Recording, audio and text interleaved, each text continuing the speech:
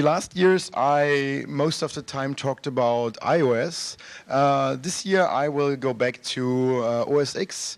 So I'm talking about syncing the ship. So, sorry, this is not about actually ships. It's not about Titanic Part 2. It's about what Apple calls the system integrity protection. And I will first explain what it actually is. And then I show several weaknesses in it. Like very few of those are actually fixed right now. So what is this system integrity protection?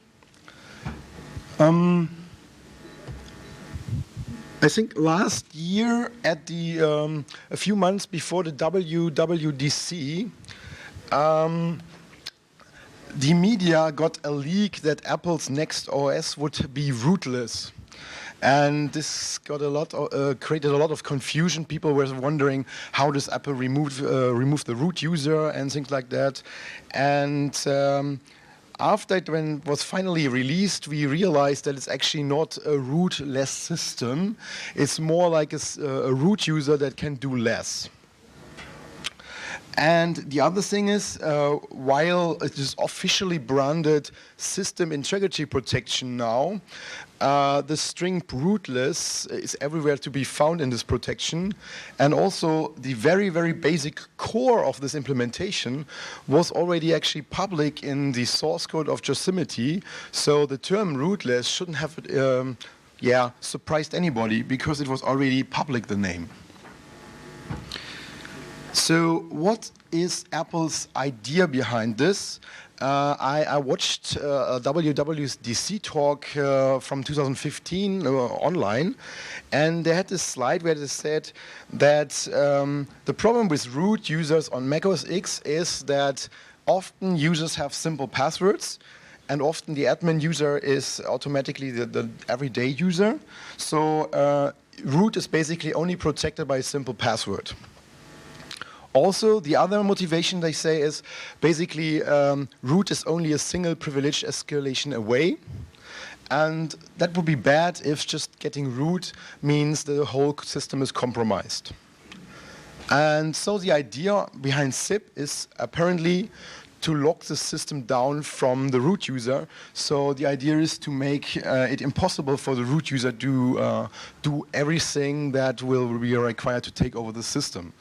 And the intention behind it is most probably that malware that is showing up for OS X is not supposed to be able to totally compromise a system just because a user maybe entered his password.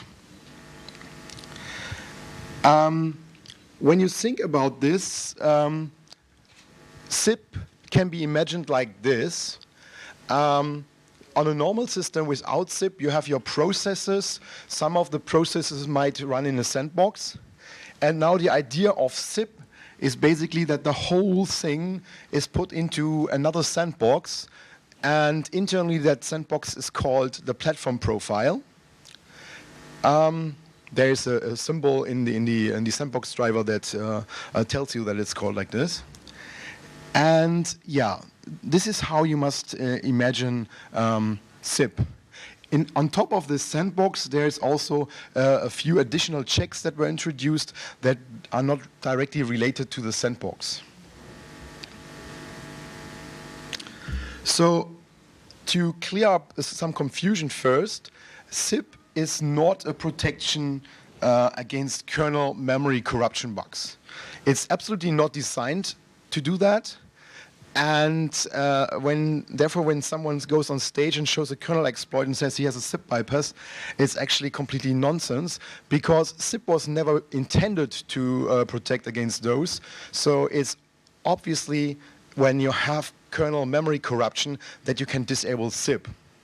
SIP is more just the bluntly estimation that kernel memory corruption bugs are not available to the attacker because they are maybe too hard to exploit for them, or they don't exist. This is something that I cannot accept, this idea, and I show you why. When you look at the attack surface on a system without SIP, you can see that the attack surface, when you're inside a sandbox application, is quite small. If you're actually outside of a sandbox, then it's a little bit larger. But the thing is, the moment you are root, you have a gigantic attack surface. And the idea of SIP is now basically that you take a part of this attack surface and blacklist it and say, okay, our system is now more secure. But as you can see, SIP can only, because it's a blacklisting approach, can only blacklist a part of this whole attack surface. And the fact that SIP brings new code into the kernel and to userland apps and so on, there's actually now new attack surface.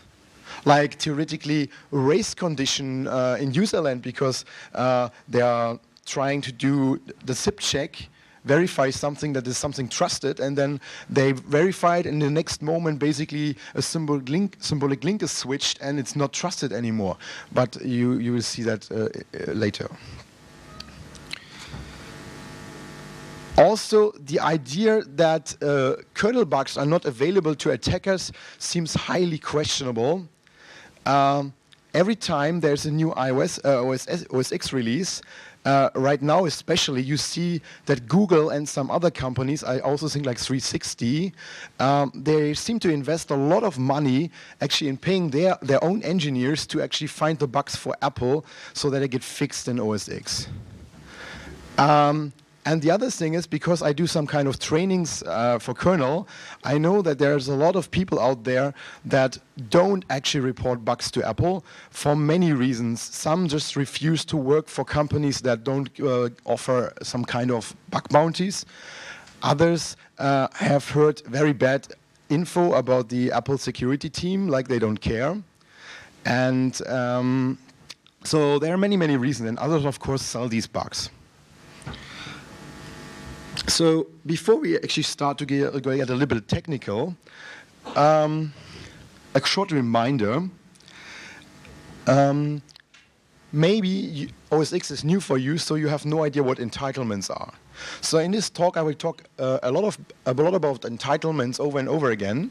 And basically, the idea behind entitlements is that they are small XML snippets that are embedded in the digital code signature of the executable binaries. So this means they are inside the signature, so they cannot be changed. And the idea of this XML snippet is that they can, for example, give a binary permissions that they normally wouldn't have. It's a little bit comparable from a security point of view to suite binaries. But in this case, you're not switching users or so. You're just like getting more permissions in the system.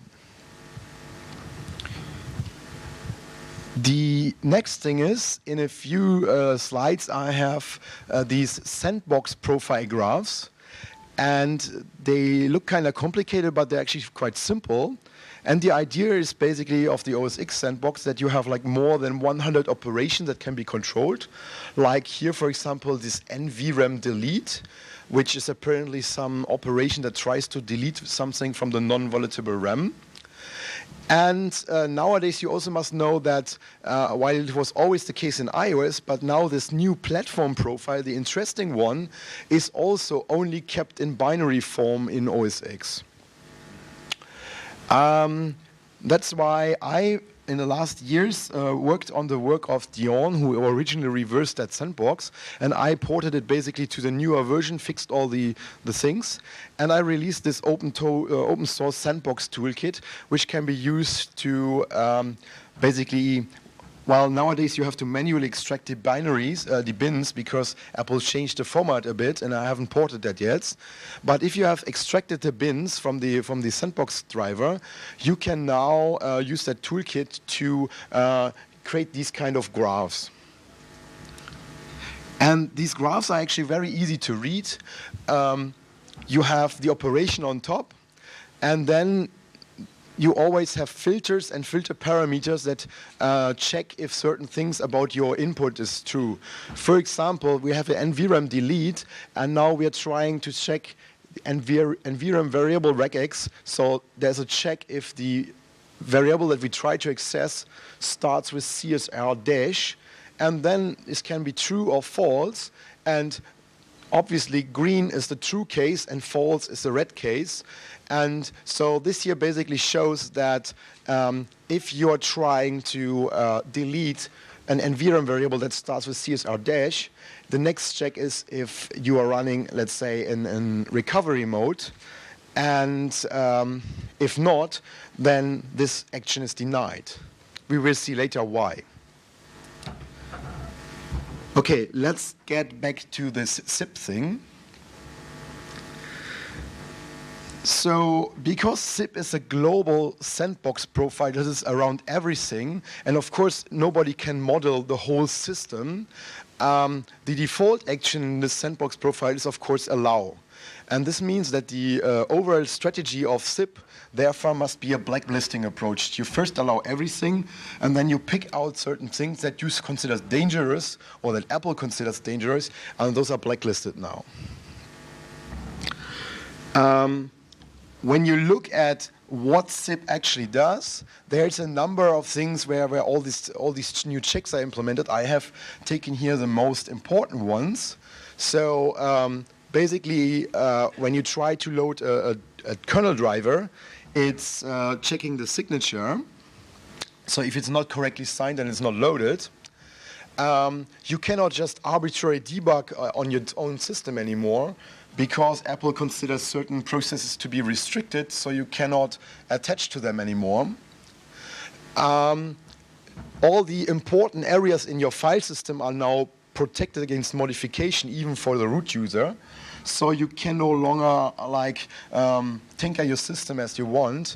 And I know, for example, that at least in the very first version of OSX, my coworkers had trouble getting some tokens, crypto tokens to work, because those crypto tokens needed stuff to be modified in these areas. And so basically we had to disable SIP all the time and tell that a customer with several hundred systems and so on. Then dtrace is restricted, which is of course a good idea. And these NVRAM operations that we saw already, the delete or set, are protected, and we see why in a minute. There's a number of other places where SIP is checked, like, for example, the launch daemon now has a whitelist of launch daemons, so that you cannot just stop a security launch daemon anymore. Otherwise, you could compromise the security of the system.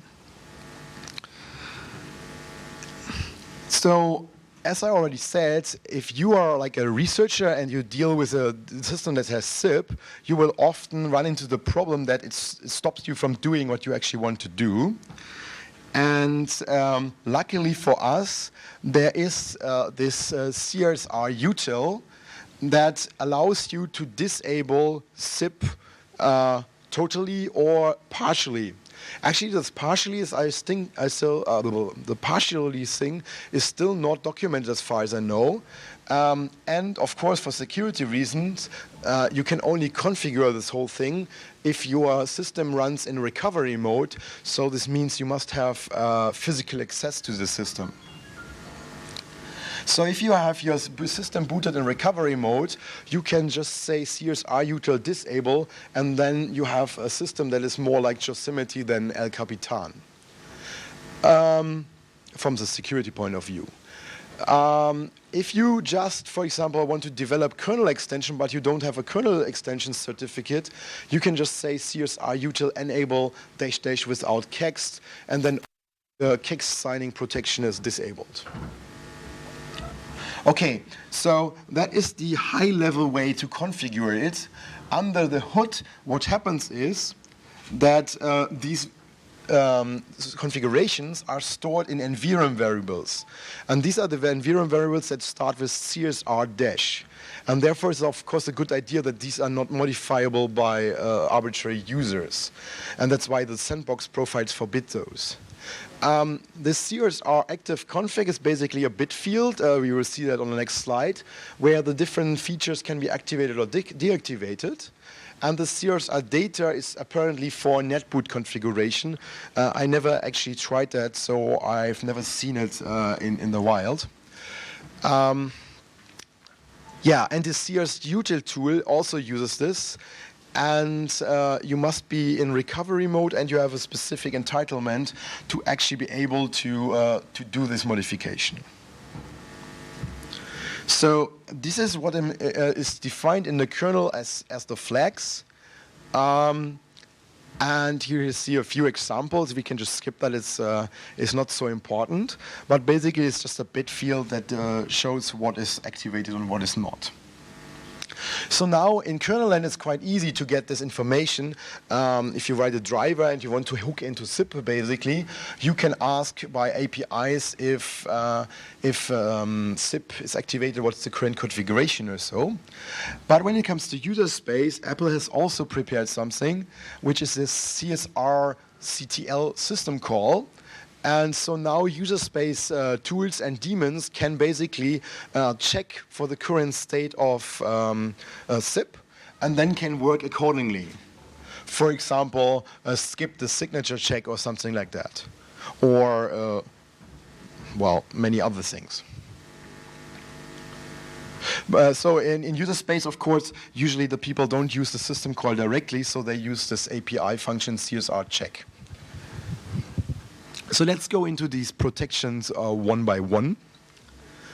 The first one was that you only load signed kernel extensions. And that is actually not really new on OSX, because Yosemite was basically the same thing.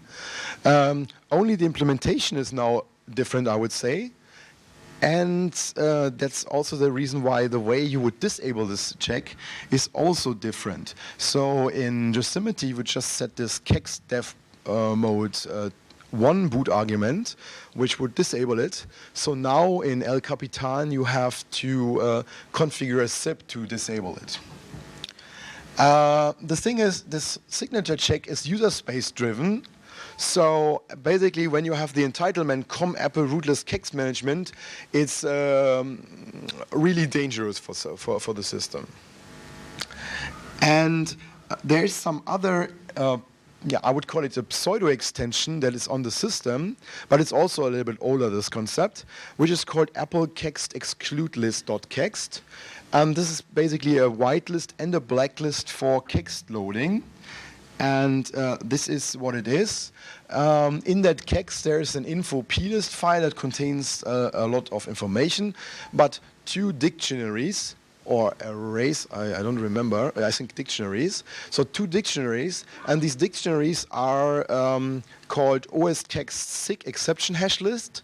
And that is basically a whitelist of kernel extensions by some hash. That will be loaded by the system even though they don't have a signature applied. Those are most probably some important third-party tools that Apple didn't want to break. The other thing is there is a blacklist for kernel extensions that should not get loaded even though they are valid signed, and that's called OSX exclude list. There's a good reason to be able to blacklist these extensions, because there's even this Apple's own Apple HWXS kernel extension that is shipped with Mavericks and Yosemite. And it's basically extension, when it's loaded, gives root user full read and write access to physical memory. So this is basically complete ownage of the system. And this is, of course, an Apple tool, so it's Apple signed. So there must be a way to stop El Capitan from loading it. Otherwise, the whole protection would be toasted. This exclude list is, by the way, handled in both user land and kernel land. What I mean is that the user space parts of the kex loading will validate that you are not in that list in user land. But if you can somehow trick that, the kernel has a cached version from the last boot, and then the kernel will refuse to load it, even when you trick the user space part of it. So that's the kernel extension loading. The next thing is this file system integrity protection. And there's now parts of the file system that are protected against modifications. And this is kind of configured in system library sandbox rootless.conf. And you can look into this file, and this is the syntax. So apparently, when you have no star in the beginning, then it's protected. When you have a star in the beginning, that is exempted from the protection. And what the other meanings, I have never actually tried to find out was what it means when booter and so on is in there. I have never tried to check that. The others is most interesting here, and we will exploit that later. The next thing is, of course, there are apps that are old. They don't have source code anymore, and people just want to use them in OS X. So Apple has created something called a compatibility bundle that contains a whitelist of path names, just a plain text file with all these names, and those path names are basically exempted from zip. So you can create these files, can put anything you want in these locations, and this is internally done with this rootless whitelist push API that you can only use if you have the right entitlement. So there's something special about these files because they can be anything. The system will be aware of that, and the system will not trust them. So what does it mean? It means that there is actually an API that is called rootless check trusted, and that tells you if this file is currently protected by zip and you are allowed to trust it. Also, the other thing is, while this configuration file rootless.conf is lying there, the actual decisions are not done by this file. The actual decisions are done by extended attributes on disk, and this extended attribute is called com.apple.rootless, and you cannot manually touch that. The sandbox will not allow you to touch this on a system that has zip activated. However, of course, there must be things like installers. And so special kinds of entitlements, and I also believe flags in the code signature can make an application recognized as an installer. And in this case, you have basically full access to the file system and can do what you want. And the whole enforcement of this the file protections, is entirely done in the sandbox of OS X that already existed. However, they have added a bunch of new filters. We saw these filters like nvrem variable regex. They have now added new filters to this that are rootless specific. Here are some examples. You don't need to actually read them, but the point here is that they have some new filters called rootless disk filter, rootless file filter, and that's basically it. And but they have also rootless proc filter and rootless boot filter. Rootless boot device filter, which is here. So there's 5 new filters since the release of El Capitan. And of course, they are completely closed source. So you would have to reverse the sandbox extension in detail. You have to find the eval function and check how these are actually implemented. So this CSR is basically just a way to check the current zip configuration against a bit mask. Then rootless boot device filter basically matches if the SIP configuration forbids a specific boot device. So this is special. This is special about these filters when you see them in these graphs.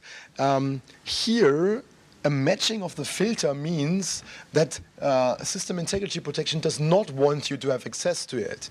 So you will see green arrows coming out of a negative result for you. So when it's green will usually result in a deny. So that's a big difference to the other filters. So yeah, the the proc filter is basically there to stop you from attaching to restricted processes, and this can be overridden if you have this COM-Apple system task ports entitlement. And then there's this rootless file filter, which is this thing that basically implements the whole protection if you are allowed to access a file or not. And this is the one that evaluates the extended attribute. And this is also the one that allows installers and programs with certain entitlements to actually bypass this protection.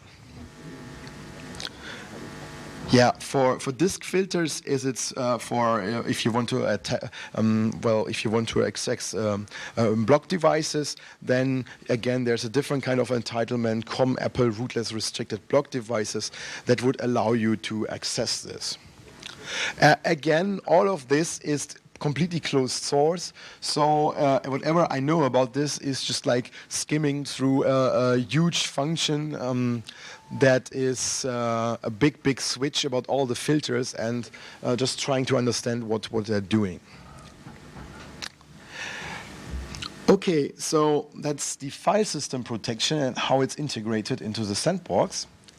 So now this protection of restricted processes.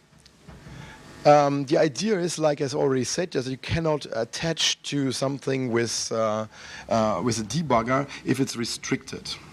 And traditionally, there is a way that you can get restricted by having a restrict segment. But normally, restricted processes are done in a different kind of way. First of all, they can have special flags in their code signing information, which makes them kind of restricted. They can have, the moment when they use special secret or non-secret private Apple entitlements, then they become restricted.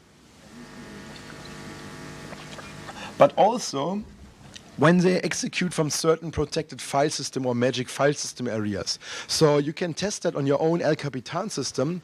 Try to, for example, attach the debugger to bin bash, which will fail, and then just copy bin bash to temp directory, and now try to debug this again, and suddenly you can attach to it.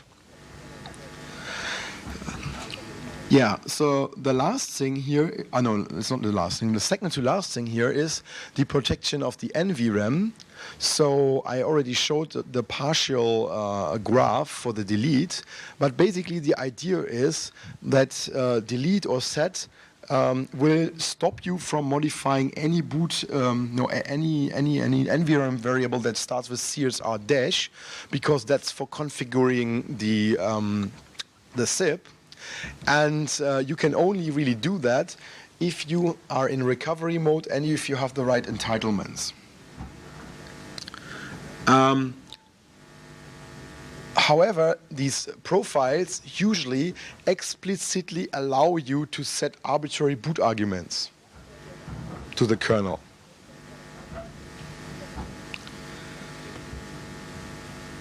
So now, the last thing I want to go into here is launchd is this thing that starts the launch daemons and manages them.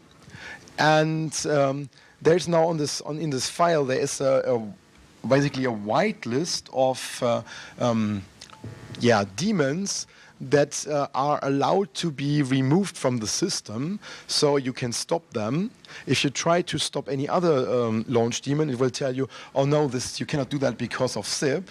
And the basic idea seems to be that if you could stop security relevant daemons, you could basically maybe take over what they're doing, and then you have compromised the security chain.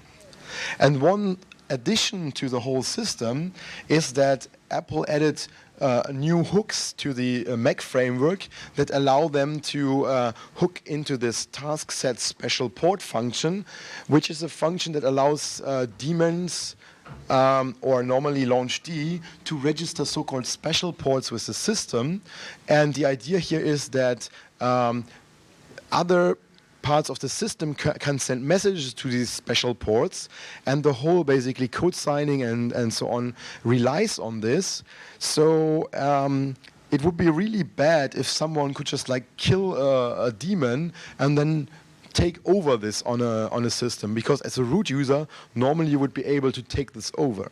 But now you cannot do this anymore because they have this new protection that basically checks if you try to take over the host telemetry port. And if you do that, then you must have this Apple private XPC launch D event monitor entitlement, and it must be true, and then it's allowed. But if you try to attach to any other special port, then the next check is if you are the init proc, so if you are PIT 1, so launch D, and if you are, this is allowed, and if you are not, then it's denied. This means basically only launch D can now assign these ports. So even if you would be able to kill some daemon, you could not replace their port and hijack the communication anymore.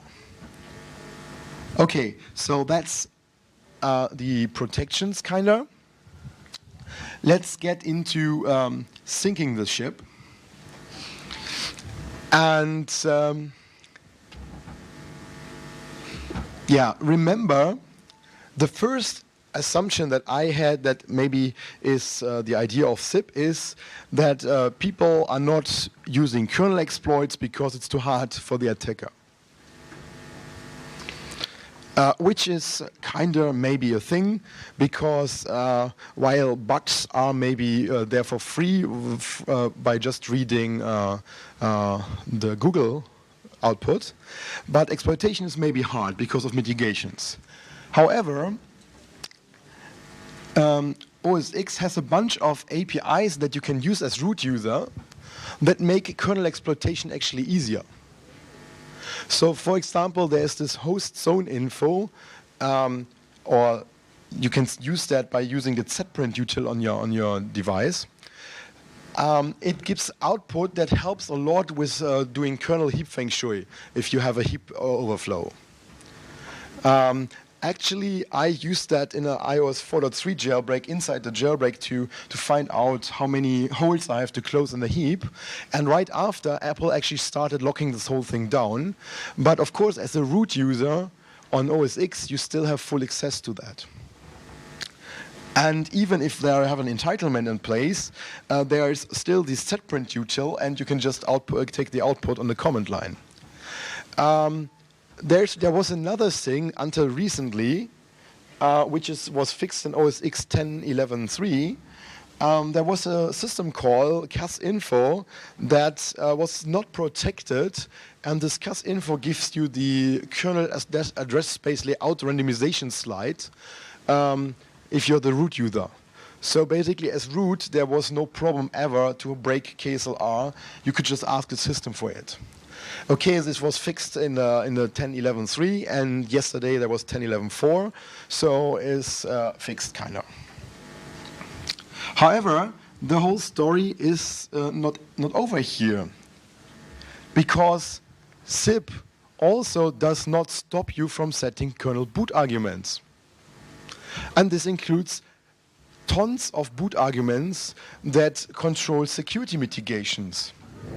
Like if SMEP or SMAP is activated, if your kernel text segment is made write protected, if your const data is actually write protected, if there's initial random allocations, and there's a few others that I didn't even bother to put them all in the slides, but there's a few others that all control mitigations directly, and you can, as a root user, can just disable these protection and then reboot the system, and then you're suddenly in a system that is very friendly for kernel exploitation.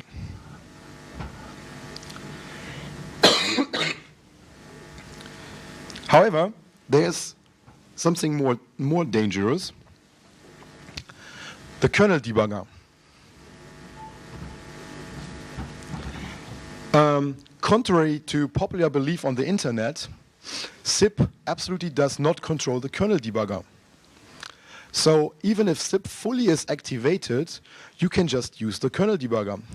You just set the debug equals boot argument, reboot, and you can use the kernel debugger, even though SIP is fully activated. And of course, with local access, that is like nonsense. But if your computer is connected to a LAN with a Thunderbolt network card, then you can actually do remote debugging. Or, of course, if you're running in a VM and someone has the host. So basically, the idea is if an attacker is able to get root on your system and at the same time gets control over any other system in your LAN that is reachable, and that is, he doesn't even need root on this, he just needs a user account there, then he can just like turn on the debugger on the one where you already got root. And on the other, he just waits for the other device to reboot. Okay, so now this device is rebooted. Now the question is, how do you enter the debugger? Well, there are several ways to enter a debugger. And before OSX 10.11.2, there was actually a Mach API, host reboot, that allows you to directly just trigger the debugger. So you just execute that function there. You have to give it a priv port for that, and then it starts the debugger. I think it was 10.11.2. When you look into the source code, you will see that this is gone because Apple has put an if-def around this code so that it's now only compiled in debug or development kernels, so not on release kernels. But if you maybe attack a developer, then he's running a development kernel or something like that. Who knows? Anyway, even if you are not able to do it like this easily, the only thing you need to trigger the debugger is like the simplest kernel crash ever. And that should be no problem to find anything that crashes the kernel. I'm pretty sure there are a lot of people who will give you these bugs for a little of $5 or something like that. Yeah, the other thing is you might just try to use the boot arguments to activate remote kernel crash dumps. This might just leak interesting data to whoever is on the other side. Of course, it would be detected that the system kind of freezes for a long time while it's sending it over. But maybe the whole reboot was done in a time when the system was unattended, or the person just went for coffee or whatever. It's just like it's questionable what's all in kernel memory. I never actually tried that, so I don't know if you, for example, can find firewall keys in there, and I mean in the normal crash dump, and yeah. So abusing this should be kind of obvious, because when you can attach to a kernel, you can basically disable SIP. And here is, I have a first demo.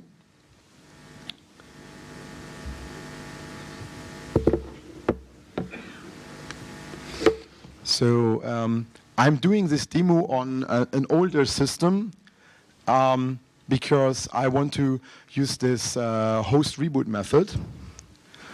I have already this snapshot is already booted with the debug boot argument. And you can see this CSR util status is enabled. And to prove that I'm not having anything disabled at the moment, let me try to touch bin I was here. And this is not permitted. So now I have exploits. That's called Debugger. No, I think I have first exploits. I'm maybe in the wrong directory.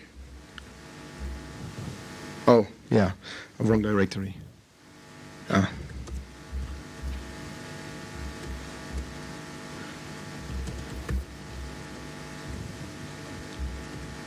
So this is debug me. This is just this host reboot call that triggers a debugger. So let me just run this. Oh, by the way, I just show you nvrem. By the way, I'm already root. So nvrem args. So you can see I have the debugger right now. So I just run debug me, and now it's frozen. I have the debugger here. I tell it to connect.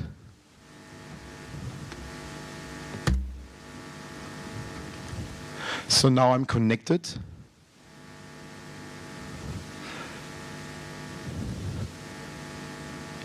So what I do right now is I get myself the address of the CSR allow all variable.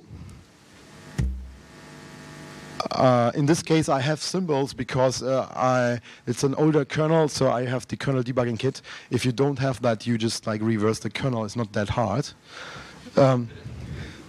No, you don't need to reverse the whole kernel. You have the source code, and you know that this variable is used in a function like that is like so long, so like three lines or so. So it's really easy to find this manually. So right now, this variable seems to be set to 0. So let me just set it to 1 with a memory write comment, but I have to adjust here the pointer because that was from last time, and of course due to KSLR this is different now. So now I write a 1 here. Let me check, it's now 1. So let me now continue the other side. And of course you normally as a malware you would do that automatically and not like need 5 minutes to do it. So now in the background the system should be running again. Where is the mouse? So the system, yeah, VMware. Yeah, of course it's a VMware problem. So yeah, I'm now running again, and I now try this touch again, and this time it did give me an error.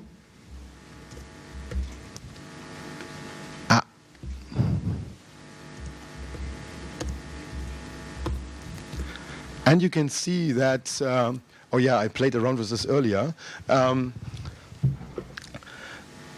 There's now I was here, and theoretically all the protections are disabled now so that I can do whatever I want with the file system right now.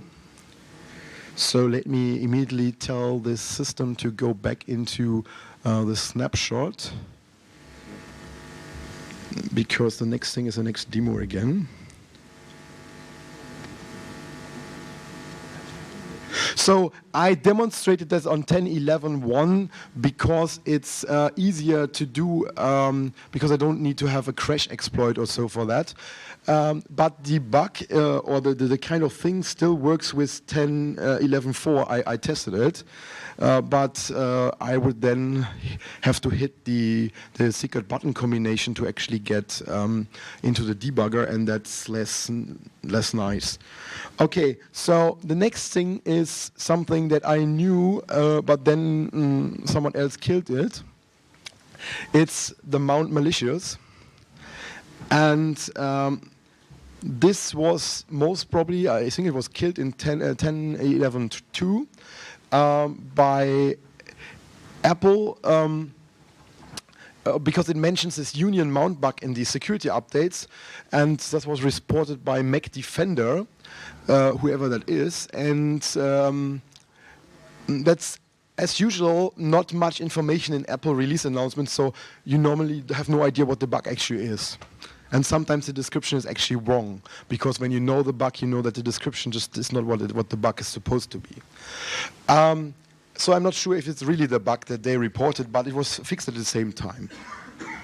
So what is the first thing you do when you have a file system that you cannot write to? You will try to mount something over it. At least I would do.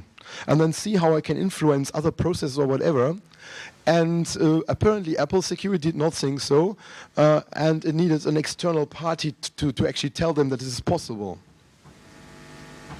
Because you see, it took until 10.11.2 to fix that, and I'm pretty sure that Capitan was not developed in one day, so there must have been some testing before, and so there must be a long time where nobody ever tested that. So it's actually quite simple, or that's how I do it. I don't know how Mac Defender did it. I create myself some directory. I use HDI util create the source folder evil DMG, and then I mount it over the system library Sandbox directory. So the way what I actually do is I create myself 2 of these DMGs, and the first DMG basically contains a malicious rootless.conf, and the second one just an empty com apple rootless repair. And the second one is like the real rootless conf, and also this com apple rootless repair. And the maliciousness is basically that I disable the protection for the kernel binary. Then I mount the malicious one over the Sandbox directory, run this user libxx rootless init -b, which will apply the rootless conf, try to repair it to the system, which will make the kernel binary writable. Then I just patch the kernel binary, disable zip. And now I cannot create a new kernel cache because the system will see, oh, wait, the kernel is not trusted. So what I have to do is I mount the clean stuff over it to make the kernel protected again. And then I touch the library extension. It will create a new kernel cache, reboot, and I have a system that does not use zip anymore. Voila. I also have a demo. It's basically in no, actually, I believe I'm already in the right directory. So I'm here, I have my disk 1, disk 2 directories and the DMGs, and I already have a patched kernel there. And the arguments for playing with that, oh, I cannot show that. Let me show you like this. This is this thing.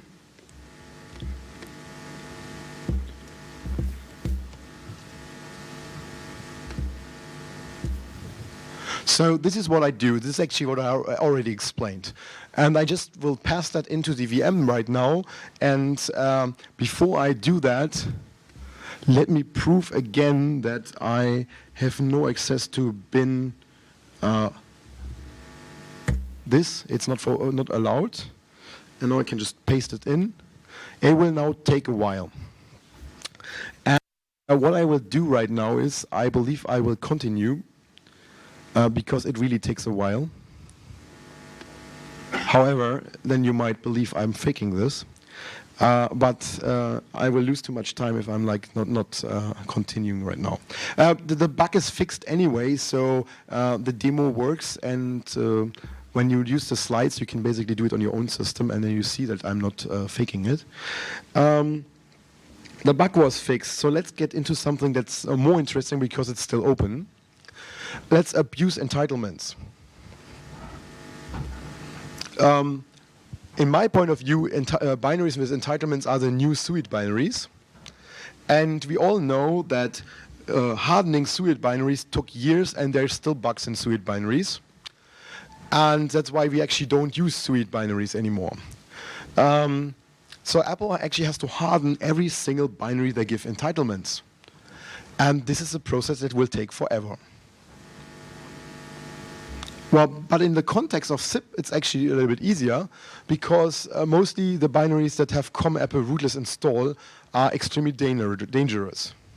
So now on a up-to-date system, 10.11.4, how hard is it to abuse this?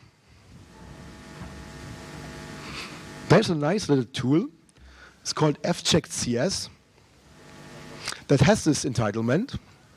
And when you look into the man page, you will see that it has this -L option to write to a log file. So this tool has full access to the file system, and when you run it, it basically can write in SIP-protected directories. So not really hard to create files somewhere. The problem here is it's only appended, and in many places Apple's parsers are so forgiving that appended garbage to files does not actually do anything. So, but this is how you use this. fcheck.cs-l bin I am here, and of course as root, because it's SIP, and then you do lsla, and you will see, oh, I'm here is there. And because I didn't put any more parameters there was no output of this tool, and that's why this file is 0 at this moment. Otherwise, if you give it some parameters, the output of the tool will end up in that file, and this will basically be garbage. So I tried to play around with it, and I must say I didn't have a good idea how to abuse that. The only thing I tried to do was basically killing p-lists, but killing p-lists has really the problem that garbage at the end of p-lists, the parser mostly ignores, except if your garbage starts with like an opening tag. But this is not possible here, so it seemed that I couldn't do anything. However, there's more. When you look at, when you think of entitlements and suite binaries, there's something that suite binaries have that had to be added to all the kernels of all the operating systems, and that is basically a protection when you start a suite binary with the file descriptors 0 to 1, 0, 1, and 2 closed.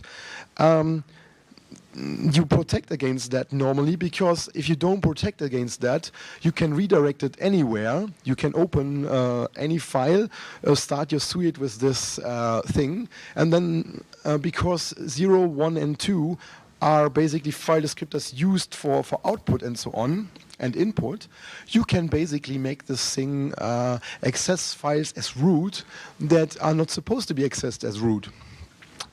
And now, with this new SIP protection, binaries that can write anywhere on the file system have exactly the same problem. When you start them with, well, it's a little bit different because at this time you don't have the, when this is opened, you don't have the entitlement already, so it's a little bit less problematic. However, you can still create havoc, because what will happen is when you have the right binary, when you start it and you have those closed, then this file, this binary, fcheck.cs for example, will at some point open a file that will end up in 0, 1, or 2, and then from this moment what is output will be written to this file or read or whatever, depending on which file descriptor you open. And this is how you can abuse that. You can even abuse it on the bash command line. You don't need to write code for that.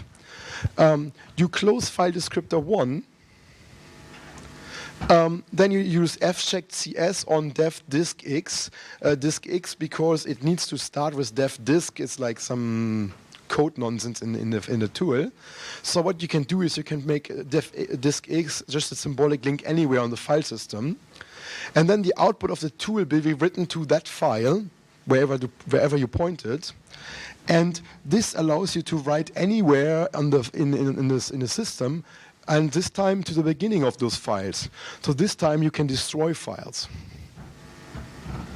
And how did I learn?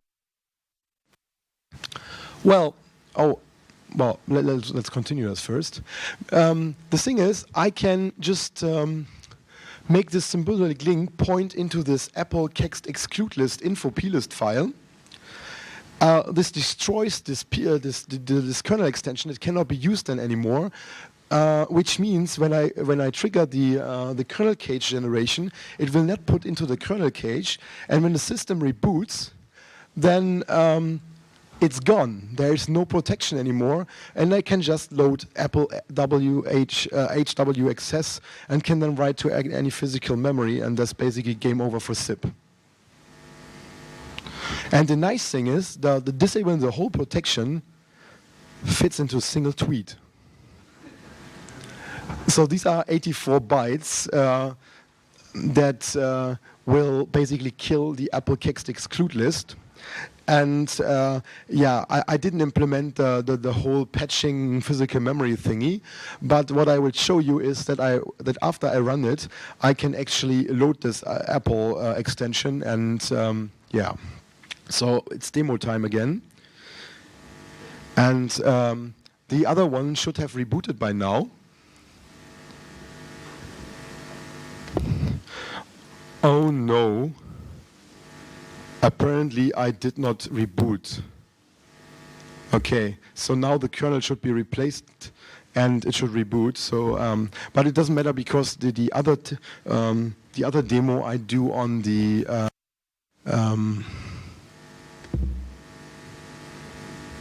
other VM anyway, because we want to show it on the latest version. So this is the one that was released yesterday.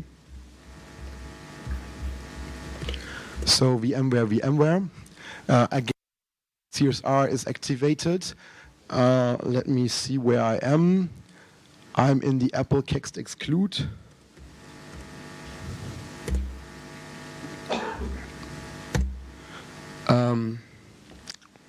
Now let me become root.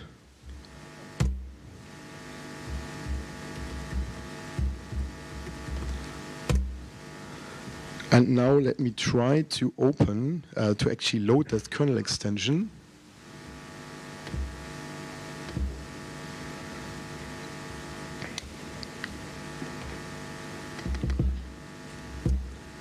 So I'm trying to load the kernel extension, and it tells me I cannot load it. And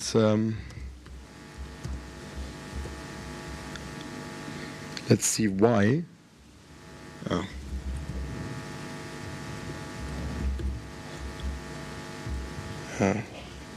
Entering with one hand is really... So now you can see it cannot open it because Apple HW access is in the exclude list, so it's exactly what I said, it doesn't work. But now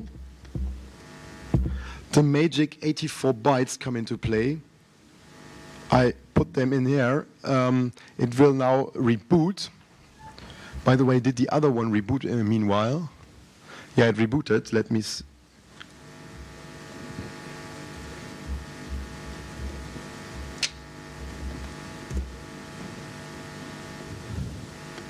yeah, the other one is still waiting for the kernel to be generated and then to reboot. So I'm here again. I think I'm not root right now. So let's become root first. So I've now booted the kernel that has basically zip patched out. Let's see if that's true. I finished that demo like right in the last 15 minutes before the talk, so I hope it's working. Yeah, it seems to work.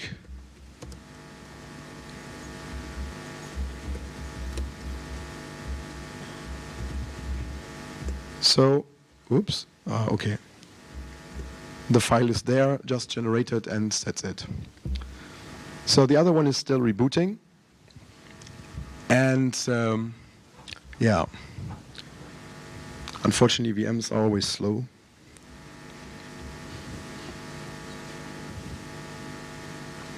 I see I will completely run out of time, but the best thing is yet to come. But at least the demo doesn't require a reboot, but in the last example it will be fast. Come on. Well, I can show it later. Okay. If it's finished now, then do it directly.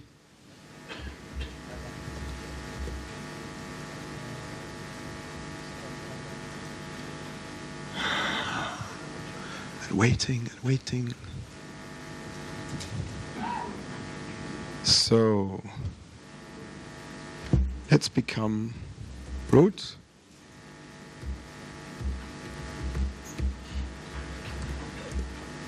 Let's load the kernel extension.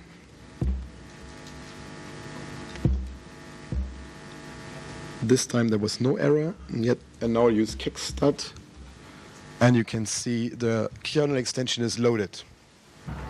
So at this point, you have just to write a tool that uses it to patch, in the same way we use the debugger. So the last part is the DILT simulator DILT root path backdoor. And I know I will be grilled for using the term backdoor, but you will see what I mean in a second. With the release of OSX 10.9.0, Apple created this backdoor. And the idea is that they added support for the simulators for iOS, watchOS, and tvOS to DILT. So the idea now is that the kernel loads the main binary, loads the dynamic linker, then executes the dynamic linker. The dynamic linker sees that there is an environment variable DILT root path set. It will check that there is a DILT sim binary, and then execute that, load and execute that. The simulator DILT will then load the libraries of the simulator, and then execute the main binary. And it's really bad because this backdoor allows you to take over the permission of this binary here, even if it's a root binary, a suite binary, but also the entitlements. And that's why I call it a backdoor, because it's an undocumented functionality that injects code into any executable on the device, because it's in the main dynamic linker, and you can completely take over any privilege this executable has. So what other is a backdoor? So any protection, yes. Apple had a protection. When they created this, the protection was check that this file, this DILT sim binary, is owned as root.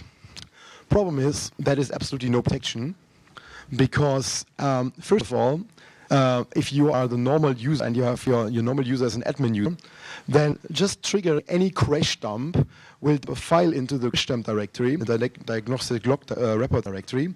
This file will be owned by root and writable by you. So you can just put your evil DILT sim there. Also, when you just do a normal system and have things like Tunnel or whatever installed, many apps are so crazy that they basically install root-owned files on the system that are world writable. And when you think of this in the context of zip, you're root anyway. So that problem seems to have been reported by Beast 1 year ago in around March 2015. That's what I heard. So only half a year later, like 5 months later, Apple released 10.10.5, where they have a new protection against this. And they basically removed the, they still have the comment we're checking for UID 0, but they're actually not doing it anymore. So they removed that root check, and now they enforce that there's actually a code signature attached to that binary. If not, it's erroring out. And they changed the kernel so that there's a special way to validate the code signature for the simulator, the dynamic linker. However, that parser had a simple integer overflow so that you could trick the whole code and basically get code execution, easy code execution, before that code here was ever triggered. I don't know if anybody ever reported that to Apple, but when they released 1 month later El Capitan first version, they basically kind of killed that attack because they had enforced an extremely paranoid validation of the structure of the DILT sim binary. So they are now checking that's a really strict layout. And there's a bug again in this. and it's not mine to share, but it might be that it's one that Apple basically credits with the update yesterday, tweaked again.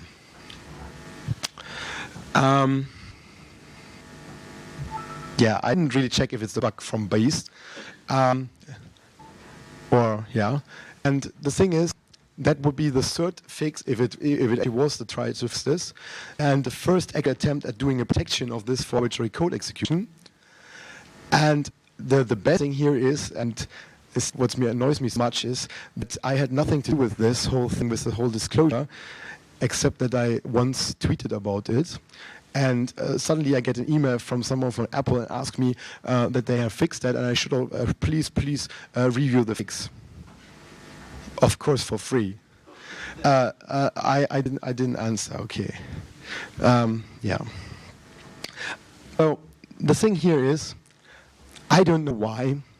I don't know why Apple tries to fix it by hardening the code signature again and again and again, and doing these changes in the kernel to validate the dynamic linker and so on. The correct fix would be to just remove this code from the system dynamic linker and compile simulated binaries in a different way. And there's no valid reason so that every single binary uses the system dynamic linker that basically allows this backdoor. Especially that the majority of users are not developers. And now, let's revisit the whole thing again. The thing why this fixed way annoys me so much is because it only tries to harden a text about replacing the simulator against something evil. They completely ignore that this is a dynamic linker. And the purpose of a dynamic linker is to load codes from libraries.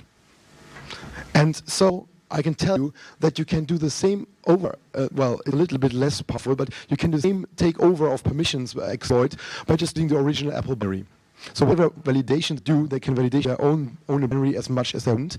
It is the original one. I just take the original Apple one, and then I feed it other kind of attacks, because it's a dynamic linker, and that DLS at least is completely hish. They have a lot of if-ifs and things in place, and some really ugly hacks in there. And all these hacks together make it really easy to basically just abuse it in the same way. The injection does not work with suite binaries, because that's at least one thing that the DLS sim forbids. But you can still use DLS insert libraries with any entitled binary.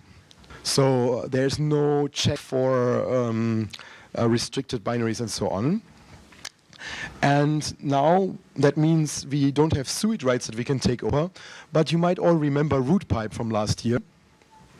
And rootpipe basically was fixed by protecting it with com apple admin write config entitlement. So we can just take any binary that has it, overwrite etc sudoers with it, which makes us root. Once we are root, we then abuse one that uses this com apple root install, and then we have zip defeated. So that's how you would run it. I will release the source later, but not right now. And it would be demo time, but let me check if they finally ended. No, this is not the one that was finished, or? I forgot to actually. I forgot. But okay, I don't need to do that right now, because at this point of time, the only thing we have killed the exclude list, so I don't need to restore the snapshot. We still haven't disabled. CSR is still like this, and I can still not touch bin whatever. So let's exit.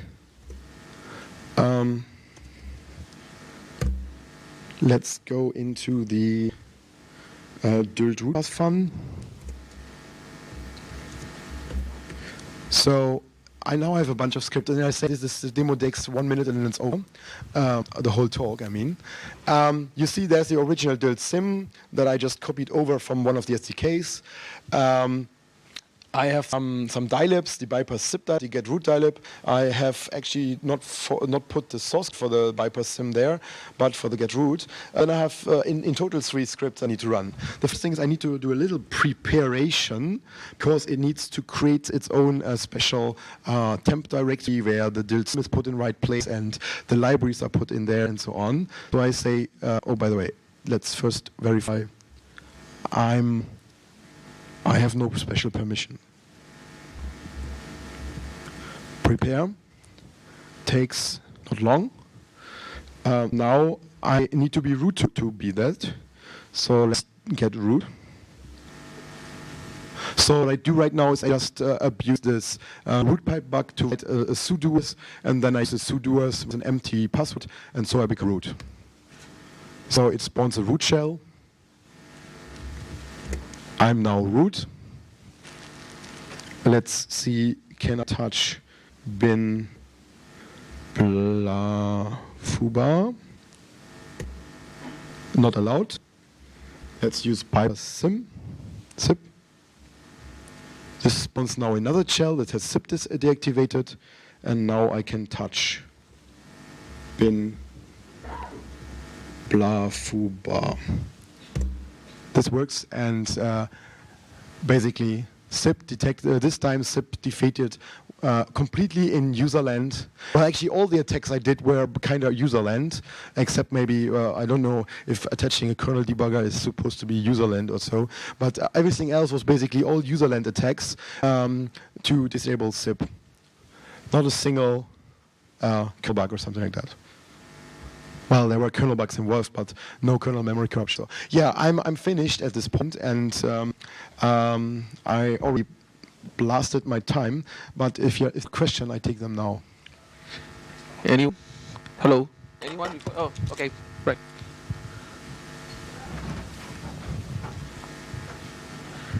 Hi. When you talked before about the kernel debugging, so I think you said you need to create a panic for the debug to start running, right?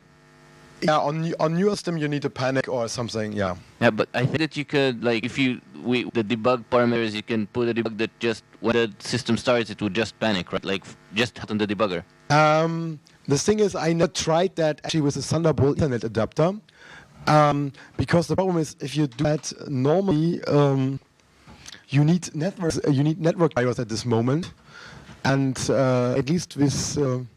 Well, actually, I never tried it. I thought that this only works with serial anymore. Yeah, okay. So I'm not so sure because I usually do it on a VM, and it's very seldom that I do two different computer. So I don't know how it works these days, but and also I have a lot of old systems that all have like built-in Ethernet. So yeah, it might be. I haven't tested it. Anyone else? Anyone? No? No questions for Stefan? All right, Stefan, thank you very much. Thank you.